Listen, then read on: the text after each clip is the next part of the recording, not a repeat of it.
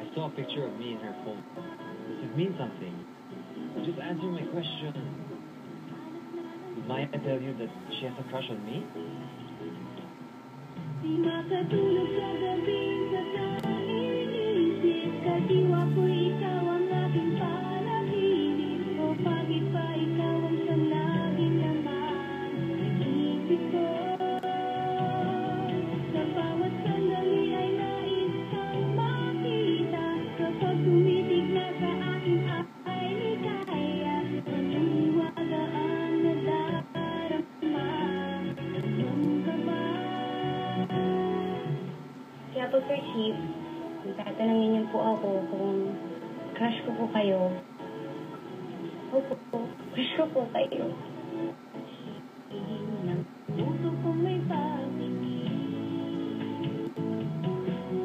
sa araw-araw ay nagtataka ang puso kong ito. O bakit ba ang kilig ko'y nababago na halos na ang dadala? Di makatulog sa gabing kakaisip, sa diwa ko ikaw ang aking panaginip. O bakit ba ikaw ang siyang laging naman nag-iisip ko? Sa bawat sandali ay nais kang makita. Kapag tumitig ka sa aking ay ligaya, naniniwala ang nadarama. Ganun ka ba?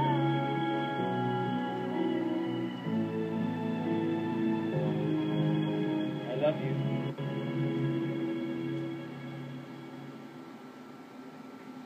Love, love, love, love talaga. Kitang-kita naman natin sa VTR. Kinikilig pati yung mga nanonood dito. Kayo rin ba, Sir Chief and Maya, kinikilig sa mga characters niyo whenever you do a scene? Ako, honestly, oo. Kasi bilang Maya, di ba talaga namang nakakakilig. And pag binabasa ko pa yung script, binabasa ko pa lang siya, napapasmile na ako, napapakilig na ako. Kumbaga, nakikisabay din ako sa journey nila ang dalawa. Sa akin naman, yung parang kinilig ako nung first time kami mag-holding hands. Kasi hindi namin alam kung paano natin. Kainis! Hindi na naka-recover yung hindi Teka, kaya pa ba natin? Teka, sandali. Kailangan ko, sandali. Water, please. Ayan, ito kailangan ko itanong kay Sir Chief. Actually, natanong na to kanina. Pero kasi yung mga global kapamilyas natin, I'm sure they're curious. Ano ba yung similarities ng isang Richard Yap sa isang Sir Chief? Siguro may, there are some, being conservative siguro, medyo tahimik lang, gano'n. So, pag nakilala mo, pag nakilala mo na yung tao, tsaka naging komportable. So, medyo matagal ako naging komportable kay Maya, di ba? So, parang ganun din ako in real life. Pag hindi mo ako kilala, sabihin mo aloof ako or medyo suplado ako. Pag nakilala mo na ako, siguro, ganun din. Agree ba dyan si Maya? Totoo naman yun. Kasi, noong umpisa, ganyan yan si Chene. So, hindi siya masyadong nagsasalita. Kasi quiet lang siya. Pero nung habang tumagal na, nag-loosen up na, mas naging warm na. So, ayun. Medyo naging madaldal na siya. Tapos, naging joker na siya. Nahawa ako kay Maya. Ay, hindi naman. Ayan, at hindi lang yan, Sir Chief and Maya, dahil super daming questions ang na-collect namin from the website. Unfortunately, hindi po natin maitatanong lahat yan due to our limited time. Pero heto naman ang top questions na kinolekta ng TFC.tv. Ayan, from Jan Cerizo. Tama ba ang aking pagkakapronounce ng inyong name? being the teleserie's main characters, how do you feel about being a love team? Nakatawa talaga yung term na love team. Kasi parang feeling ko, Lakas makabaget. ang lakas makabaget, Yes. diba? Siguro on-screen partnership ang mas appropriate. Pakailangan sa term, Parang no? corporate masyado yan. Hindi, kasi pag love team, parang Catherine Daniel, ganyan ang peg. Why not? Baka useful nga, sabi ni Jody kanina. Oh. Siyempre, ano pa ba yung tanong? How do you feel about being a love team? Ano ba? O kung naman, this is something na, unexpected talaga naman. Love story lang, parang ganun. Parang hindi love team. Ano ba? Love story talaga. Basta yun, Call it what okay you want naman. na lang. Oo. Basta, okay naman. This is something na hindi naman namin in-expect nga. But then, talagang successful. Oo. Ang tandem. Tandem na lang. Mm. Tandem. Dami nga nagko-comment on chat na masyado silang magkalayo. Masyado daw kayong magkalayo. May gap kayo. I think dapat may umusog. Siyempre, hindi ako yun, Ay! Ano ba? Malapit mo. Ano ba? Sir Cheese.